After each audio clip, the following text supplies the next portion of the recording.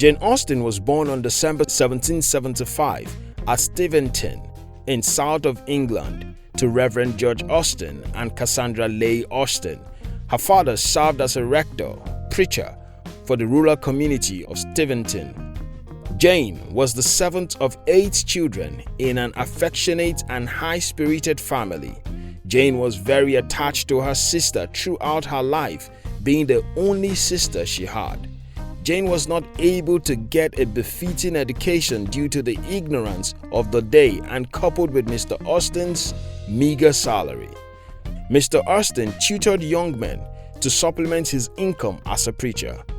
It is assumed that Jane learned a good amount of Latin from staying close to home and listening in on these lessons.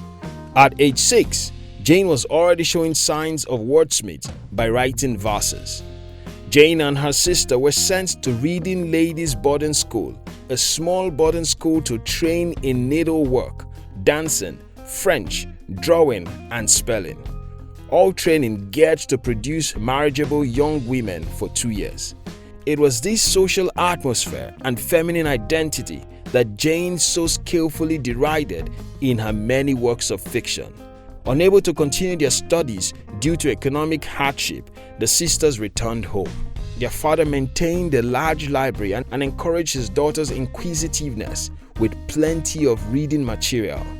Jane and Cassandra developed their literary talent in that library despite lacking adequate formal education. Jane and her sister never married, although Jane did receive at least one proposal. Jane led an active, single, and happy life unmarked by the dramatic incidents that surrounded her family. Beginning in her teen years, Jane wrote poems, stories, and comic pieces for the pleasure of her family. She compiled several of the articles she wrote between 1787 and 1793 into 3 volumes, which scholars now refer to as the Austen's Juvenilia. Jane expressed an early interest in drama and comedy, which was showcased in writing stage theatrical production at home with her siblings. As she continued writing, Jane became skillful in satirizing the sentimental and Gothic style of 18th century novels. Amongst Jane's early works is a comic novel, Love and Friendship, a satire of the history of England, and Lady Susan, an epistolary work. At this time, Jane started to stretch out ideas for the novel that would later become Sense and Sensibility. At age 14, Jane had compiled Love and Friendship. The work is an amusing parody of an overdramatic novel popular at that time, and it showed clear signs of her talent for humorous and satirical writings. A collection of her young writings was published in 3 volumes more than 100 years after her death. Jane's first major novel was Sense and Sensibility, whose main character are 2 sisters. The first draft of the book was written in 1795, Eleanor and Marianne. In 1797, Jane rewrote the novel and titled it Sense and Sensibility. After years, the book was finally published in 1811. In 1795, Jane met Tom Lefroy, the nephew of his neighbor at Steventon. In her letters to Cassandra, Jane revealed spending a great deal of time with Lefroy and hinted at her romantic feelings for him. Unfortunately, a marriage between them was impossible due to the low estate of Lefroy. His family soon sent him away. After the conclusion of her brief romance with Lefroy, Jane started writing her second novel called First Impressions, which would later become Pride and Prejudice. She was 21 at that time. In 1813, the novel was rewritten and published under the title Pride and Prejudice. The novel is still her most popular and perhaps her greatest novel. During 1797 and 1798, Jane wrote Northanger Abbey. The work was published posthumously after death. The novel had satirical undertones, making sport of the popular Gothic novel of terror, but it does not rank among her major works. In the years that followed, Jane wrote The Watsons, 1803 or later, which is a fragment of a novel similar in mood to her then Mansfield Park, and Lady Susan, 1804 or later, a short novel in letters. Jane and her family resided in Steventon until 1801, when Reverend Austen announced his retirement from the ministry. The Austen's family moved to Bath. Jane was unhappy about the relocation and witnessed a creative block. As a result, during her time at Bath, she made insignificant revisions of her draft of Northanger Abbey and started, but soon abandoned, a fourth novel. While in Bath, Jane had her only marriage proposal from Harris Bigwither, the younger brother of a family friend and an Oxford graduate, which was 6 years Austen's junior. Bigwither was supposedly ordinary both physically and intellectually, but his substantial estate made him an attractive bachelor.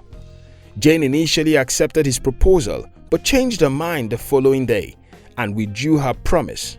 During this time, turning down a marriage proposal was a significant decision for a woman, as marriage was the only way Jane would have been able to gain independence from her family. Getting married to Bigwither would also have allowed Jane to provide a home for her sister Cassandra and could have helped her brothers in their efforts to secure better careers. In 1805, tragedy hit the Austens when Reverend George died.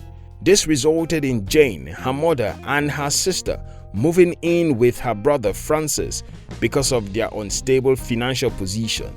In 1809, they relocated to a cottage in Charlton, where Jane's wealthy brother Edward had an estate.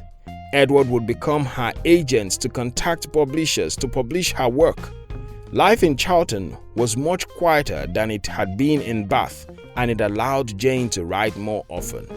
In 1811, Jane started writing Mansfield Park, which was published in 1814. Mansfield Park is her most severe attempt at moral inquiry and presents a conservative view of ethics, politics, and religion. The novel is about a certain Cinderella-like heroine who is brought from a poor home to Mansfield Park, the country estate of her relative. She is raised with some of the luxuries of her cousins, but her social rank remains at a lower level. Regardless of their strict background, the cousins became involved in extramarital tangles, which bring disasters on the family. But the heroine maintains her decent character and handles her through her relationships with self-esteem, although sometimes with open disapproval, and leads her to triumph at the close of the novel.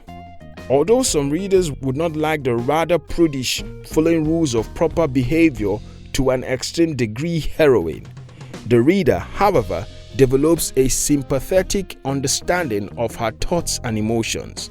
The reader also learns to esteem the heroine at least as high as the more attractive but less honest members of Mansfield Park's wealthy family and social circle. Before publishing Mansfield Park, Jane began a new novel, Emma, and published it in 1816. Again, the heroine in the novel does engage the reader's empathy and understanding. Emma is a girl of high intellect and rich thoughts who is also marked by egotism and a desire to dominate the lives of others. She manipulates several neighbors who are not able to resist her inquisitiveness. Most of Emma's efforts to control her friends, however, do not have happy effects for her or them. She is later made to realize how misguided many of her actions are by an old boyfriend who is her superior in intelligence and maturity. The novel ends with the transformation of Emma into a warmer and less obstinate person who got married to him. Critics regard Emma as Austen's most beautiful novel. Jane started writing Persuasion in 1815, which was published posthumously in 1818 by her brother. Persuasion is Jane Austen's last complete novel and is possibly the most direct expression of her feelings about her own life. The novel portrays a heroine growing older with a sense that life has passed her by. The heroine had fallen in love with a suitor years earlier but was parted from him because her class-conscious family insisted she makes a more suitable match. She still loves him, and when he again enters her life, their love deepens and ends in marriage. Austen's sardonic treatment of social pretentiousness and worldly intentions is very profound in this novel, especially in her portrayal of Anne's family.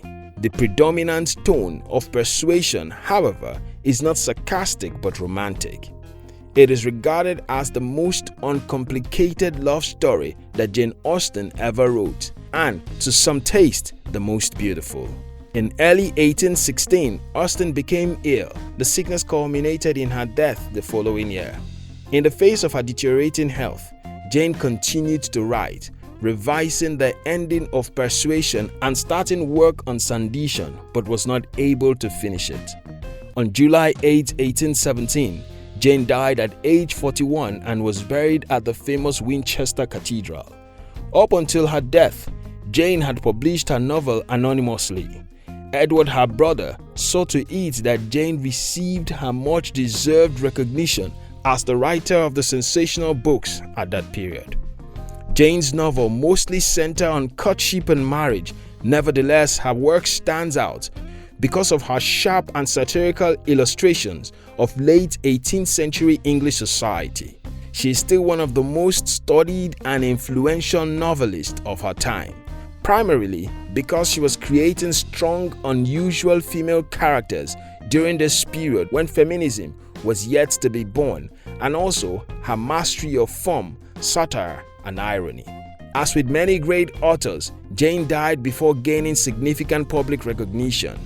Although her novels were fashionable with prominent members of British society like Princess Charlotte, the daughter of the Prince Regent, critics largely ignored her work during that period. In the 20th century, Jane's novels started gaining attention from literary scholars who conducted serious academic studies on her text. Over the past several decades, there have been more than 200 literary revisions of Jane's novels, as well as numerous film versions.